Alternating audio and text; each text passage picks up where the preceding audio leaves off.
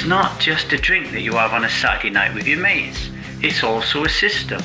It is a belief system, a cultural machine, a marketing juggernaut, a pharmaco-political narrative that tells you that alcohol is medicine, it is a stress relief, it is a social lubricant, it is a sex enhancer, and it is a grief softener, right?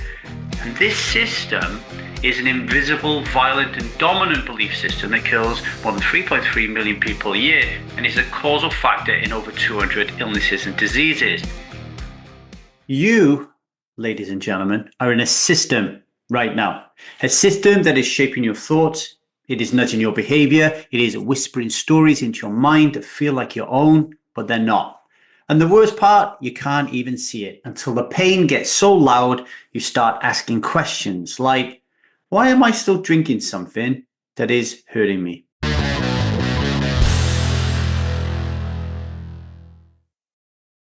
Hello, everybody. My name is Davy. I am not an alcoholic. I refuse to be anonymous. I am someone who lives a self-led life, alcohol-free as fuck. And I spend every single moment of that life helping other people do the same, like right now. How is everybody? A little bit parky here in the house at the moment. Take a little swig of my tea.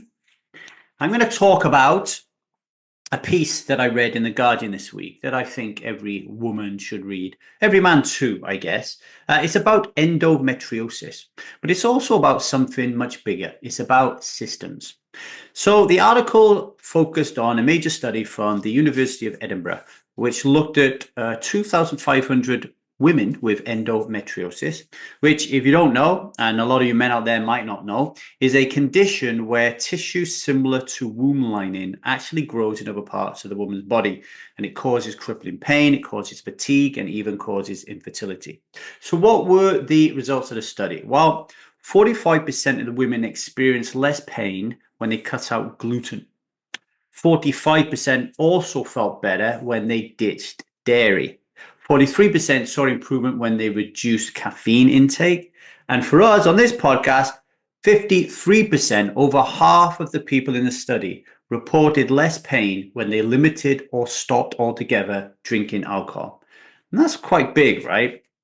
But let's zoom out for a moment, because endometriosis isn't just a condition, it's a system, right? A system. It is a collection of cells, hormones, feedback loops, gut flora, inflammation, immune responses, nervous system reactions, stress signals. Everything is interconnected. You can't isolate one factor and expect full healing without seeing how it all ties together. But endometriosis is not just a system, so is The Guardian. The Guardian is a system, or part of a system, of journalism, of editors and publishers, algorithms, SEO trends, right? A newsroom is a system, and it's a system that decides which stories gets told and which stories don't. And alcohol, it's not just a drink that you have on a Saturday night with your mates. It's also a system. It is a belief system, a cultural machine, a marketing juggernaut, a pharmaco-political narrative that tells you that alcohol is medicine, it is a stress relief, it is a social lubricant, it is a sex enhancer, and it is a grief softener, right? And this system is an invisible, violent, and dominant belief system that kills more than 3.3 million people a year and is a causal factor in over 200 illnesses and diseases. And it's invisible because nobody talks about it, because it has no name. So I named it. I call it the liquid lie. And the liquid lie is this belief system that convinces you from birth that alcohol is nice, normal, necessary, natural, and noble. And because of that, if you have endometriosis and you are told that stopping drinking alcohol will reduce your pain, you're not just going to stop drinking alcohol. We're going to go on a little break. And before we do, I want you to have a little think about what's at the heart of today's conversation, right? What systems are you living inside that are shaping your pain? And what if the very thing you've been sold as relief is what's keeping the pain alive? Have a little think of that while we have a break, and I'll catch you on the other side.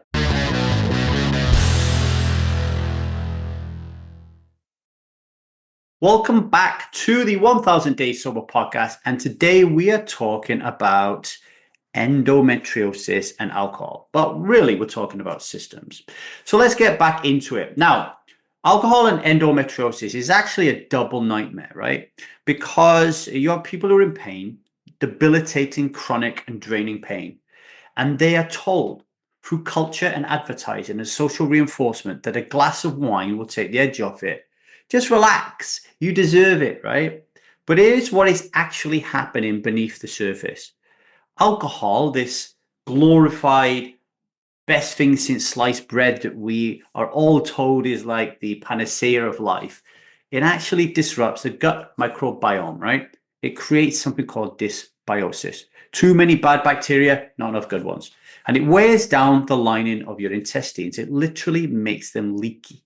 And this then lets inflammatory compounds seep into your bloodstream and flare up your immune system.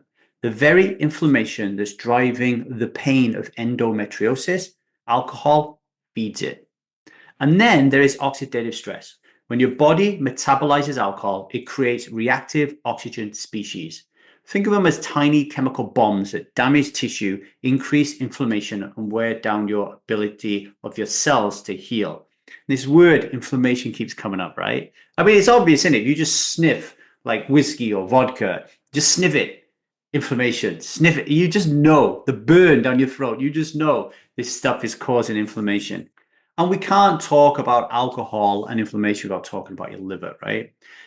Your liver's job is to process alcohol into acetaldehyde, a toxic compound that hurts your body and increases inflammatory markers, right?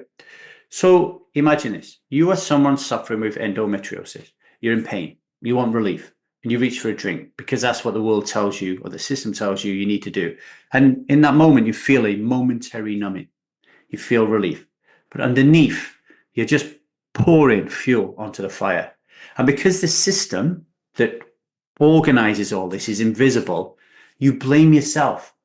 You think that maybe you're weak. Maybe you need stronger medications. Maybe this is going to be your life forever. You sink into victim consciousness and you think, why me? Why me? Right? But it's not just your life. It is the system's design. And this brings me to a beautiful quote that I read last night, actually, coincidentally, when reading Seth Godin's book, This is Strategy, right? Unseen systems conceal and undermine our agency. Unseen systems conceal and undermine our agency. They fool us into believing we have fewer choices than we do. They fool us into believing that we have fewer choices than we do. We are all participants in the systems around us and complicit in their consequences, even if we didn't intend them. We first need to see the systems, and then we have the opportunity to work to change them. We first need to see the systems, and then we have the opportunity to work to change them. And that's what this podcast is all about. That's what the Strive Method's all about. That's why I've been doing this and banging on about this for 15 years, right? This is why I am a striver and I'm creating a legion of strivers, because it's not just about drinking. It's about seeing. It's about seeing the liquid lie, seeing the system, seeing how it shapes your choices, and realizing that actually you have a lot more agency than you've ever been led to believe. You do not need to live in pain, and you do not need to live in a lie.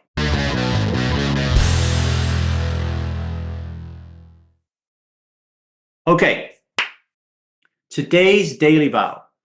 Today, I will not drink alcohol because I choose to see the invisible systems that are shaping my suffering, and I reclaim my power to change them.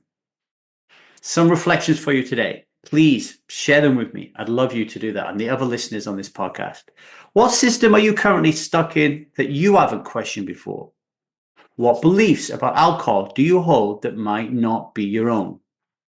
Where in your life have you accepted pain because the system told you it was normal? Please pause the podcast, sit with it, and share your answers with us on social. You never know who else might need to see the truth, right?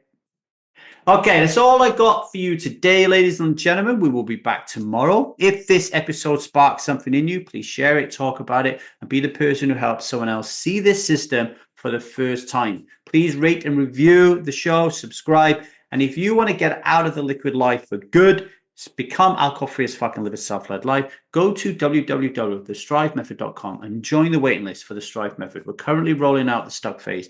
Get on board that train, right? Until tomorrow, remember how powerful you are And you have a choice to see the system and choose not to drink. You have more agency than you think. I believe in you. I trust in you. Okay. Until tomorrow, much love and strive on.